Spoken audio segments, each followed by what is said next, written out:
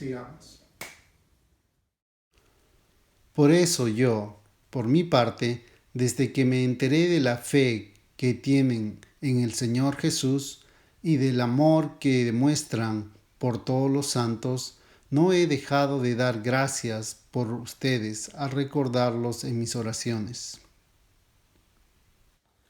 Lo que Pablo está diciendo acá primeramente es que este pueblo de Dios va a tener fe en el Señor Jesucristo.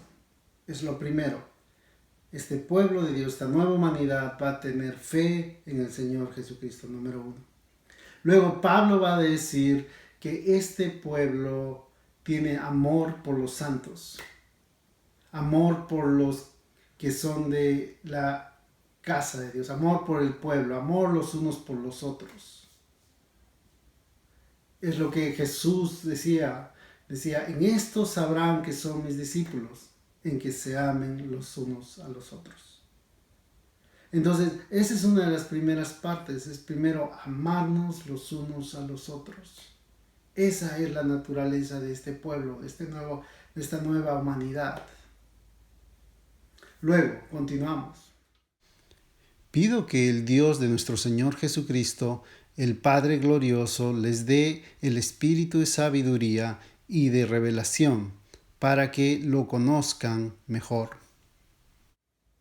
Este pueblo es un pueblo que tiene sabiduría y que tiene revelación del misterio de Jesucristo, lo que Cristo hizo por nosotros. Para poder tener sabiduría, es importante conocer la palabra de Dios. La Biblia dice que el principio de la sabiduría es el temor a Jehová. ¿Cómo podemos temer a Jehová si no lo conocemos, si no sabemos qué es lo que dice su palabra? Entonces es tan importante conocer la palabra de Dios. Es tan importante saber qué es lo que Dios dice. Es tan importante conocerlo, el saber quién es nuestro Dios. Muchas veces las personas crean dioses en su mente. Dicen, yo creo en Dios, pero ¿en qué Dios estás creyendo? Nosotros creemos en el Dios de la Biblia, por lo tanto, tratamos de buscar y entender la palabra de Dios, conocerla y así conocer a nuestro Dios. Ahora, Dios va a ser el que va a revelar misterios en nuestros corazones, cosas que no podemos entender cuando simplemente leemos la Biblia. Es el Espíritu de Dios que va revelando y guiándonos a través de nuestra lectura. Y Él es el que nos hace entender muchas cosas. Entonces, Dios nos va a dar ese espíritu, o Dios ya nos dio ese espíritu donde podemos conocerlo y Él se puede revelar a nosotros. Es importante estudiar la Biblia. Es un pueblo que estudia, conoce a su Dios. No simplemente dice tengo un Dios, sino que lo conoce.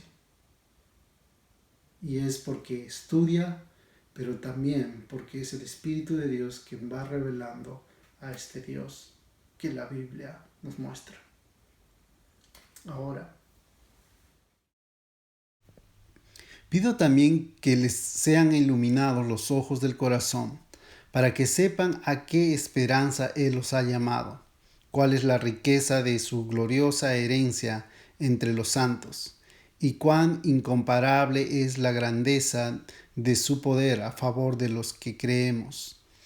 Ese poder es la fuerza grandiosa y eficaz que Dios ejerció en Cristo cuando lo resucitó de entre los muertos y lo sentó a su derecha en las regiones celestiales, muy por encima de todo gobierno y autoridad, poder y dominio, y de cualquier otro nombre que se invoque, no solo en este mundo, sino también en el venidero.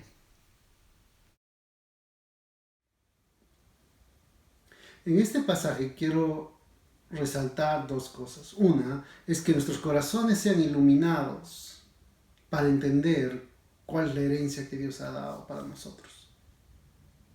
En este pasaje quisiera llevarnos un poco al libro de Mateo, al capítulo 16, del versículo 13 al 17, donde Jesucristo les pregunta a sus discípulos, ¿quiénes dicen que soy yo las personas? Los discípulos contestan, muchos dicen que eres un profeta, que eres Elías, y y más. Pero Jesucristo les pregunta a ellos, ¿quiénes dicen que soy yo? Y ellos dicen, tú, o en este caso, Pedro responde, tú eres el Hijo de Dios, el Mesías prometido. A lo que Jesús le responde y le dice, Pedro, esto no te lo reveló sangre ni carne, sino mi Padre que está en los cielos. Dios mismo le reveló a Pedro esta verdad. Para nosotros poder entender qué es lo que Dios quiere decirnos, es solo Él el que nos va a revelar esta verdad. Y Pablo está pidiendo que puedan ser revelados los ojos de su corazón para poder entender esta verdad, a qué han sido llamados. Y la segunda parte que quiero resaltar es la resurrección. Ese poder de Dios que tuvo para resucitar a Jesucristo, ese mismo poder va a ser usado para nosotros ser resucitados. Por nuestra esperanza no está en este mundo, no está en lo que tenemos en este mundo, sino nuestra esperanza está en la resurrección, en esa resurrección con Cristo. Este mundo es totalmente pasajero. En este mundo tenemos los días contados, no sabemos cuánto, algunos viven 20 años, algunos viven 2 años, algunos viven 3 años, algunos viven 100 años, algunos viven 120 años, no lo sabemos. Pero no es nuestra esperanza este mundo, sino el venidero, por el cual Cristo murió por nosotros. Esa es nuestra esperanza. Dios sometió todas las cosas al dominio de Cristo y lo dio como cabeza de todo a la iglesia. Esta, que es su cuerpo, es la plenitud de aquel que lo llena todo por completo. Ahora debemos de entender dos cosas importantes. Una es que Jesucristo tiene el dominio de todo. A Él se le entregó todo. Y lo otro que debemos de entender es que Él es la cabeza de la iglesia.